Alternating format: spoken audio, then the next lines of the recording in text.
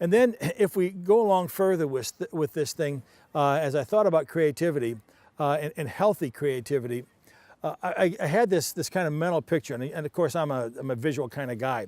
So I had this mental picture of a tree, okay? So you have a tree, and a tree, let's say an apple tree, a fruit tree, and it grows, and if the tree is healthy, okay, you're going to have the trunk, and if I can remember my biology lessons from high school, that there's this thing called xylem and phloem in the tree, and of course the tree goes, the root systems go into the ground, they take nutrients from the ground, and if it's a healthy tree, those nutrients are brought up from the ground, they're taken up into the tree, and eventually in due season that tree will produce fruit. And I think that's kind of a picture of a healthy, creative person, you see. But instead of the sap going up and down, it's the creative juices. And so if you can visualize that picture as a person having the creative flow that I believe, as we're trying to establish here, is a God-given flow, flowing up through them into our branches, and in due season will bear fruit. But there is a problem that very often happens. And I see it time and time again. And that is, from time to time, sometimes a tree, for instance, will get struck by lightning. And if a tree gets struck by lightning, it doesn't necessarily kill the tree. And so if you can imagine, and I'm sure you've seen it, and a tree's been hit by lightning, and part of it falls down, and it's kind of weird looking, that tree no longer is a healthy tree. Now, it doesn't necessarily die. I've seen these trees all the time, but what does happen is the branches, instead of being full and luscious and bearing fruit, the branches will still grow, but they'll grow out in kind of weird kind of shapes, downward, and that tree will probably never bear fruit again.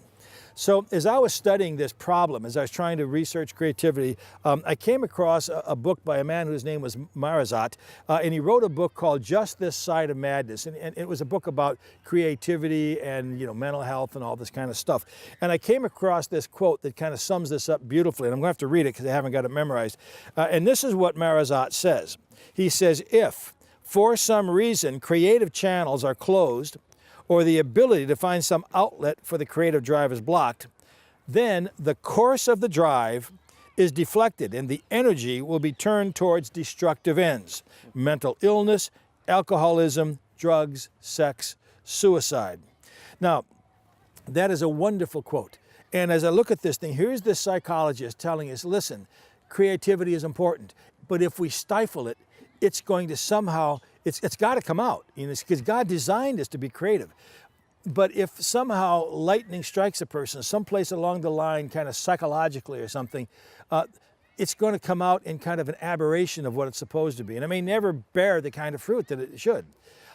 In fact, I had some interesting things happen. I was teaching my class in the college one time, and I was just on this thing right here, talking about being struck by lightning and how this kind of deflects our creativity.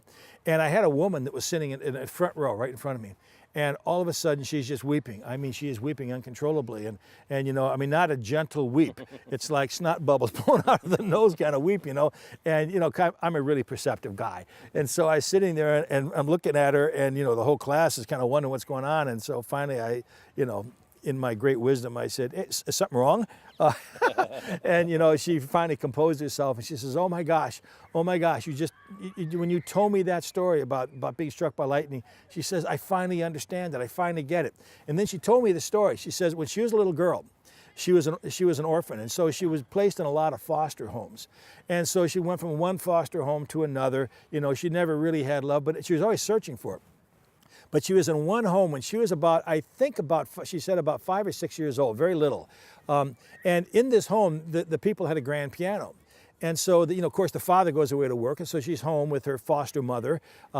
And so during the day, she went into the living room, and she'd never seen a grand piano before. And she sat down, and all day long, she started plinking out little tunes in that thing. And after a while, she actually plinked out a tune that she kind of invented herself at 6 years of age. She plinked it out, and she was so excited to show her stepdaddy when he comes home about what she'd done. So this man comes home, he comes through the door, and the first thing this little 6-year-old girl does is she runs up and says, Daddy, Daddy, come, listen what I've done. And she runs to the grand piano, and she starts to plunk out this tune. I'm telling you, Darren, this man, or if you want to call him a man, he went into a rage, and he comes over as she starts to bang on the piano. He comes over, and you know how the pianos, they have this drawer that comes out and slams down. He pulls this thing out, he slams it down like that, he hit her like that. and knocked her off the bench. She said, "Don't you ever touch that thing again." And in that moment, that little girl stopped creating. She had been struck by lightning. She was taking my class because she couldn't understand why she could never finish anything she started. She wanted so much to be creative, but she just was afraid of it. She didn't know why she was so afraid, and every time she started something, she could never finish it. And so I'm talking about this tree that's been struck by lightning. She says, "Oh my gosh, that's what happened to me."